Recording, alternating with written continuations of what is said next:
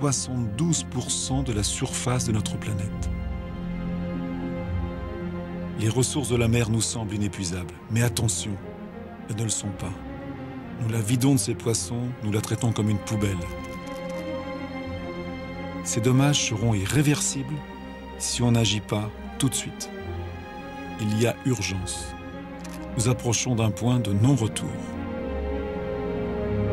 Au cours de cette émission, je vous emmène pour un voyage magnifique. Mais vous l'aurez compris, très préoccupant. Nous sommes en Corse, sur une tour génoise. Il y a comme ça 90 tours qui protégeaient l'île contre les invasions.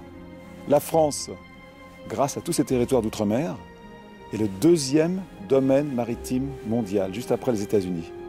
C'est pour ça qu'on a choisi de tourner cette émission en France. On a commencé par la Corse, parce que pour moi, les côtes de Corse sont les plus belles et les plus protégées d'Europe.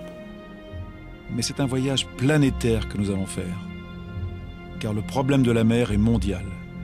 Regardez. Au Galapagos, un portrait de Paul Watson. Depuis 40 ans, ce Canadien, héros de la protection des espèces marines et de tous les combats. Si vous affrontez un pirate, vaut mieux être un pirate. En pillant les océans, nous dévastons des milieux que nous connaissons très mal. Dans les abysses, à plus de 5000 mètres sous la surface, découvrez un bestiaire fantastique. Aux Sept-Îles, en Bretagne, nous avons filmé la plus grande colonie d'oiseaux marins de France. Dans cette réserve, près de 18 000 couples de fous de bassin ont fait leur nid.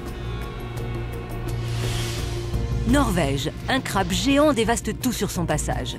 Voilà ce qui arrive quand l'homme ne respecte pas les équilibres fragiles de la nature. Celui-ci fait 6 kilos, 6 kilos et demi.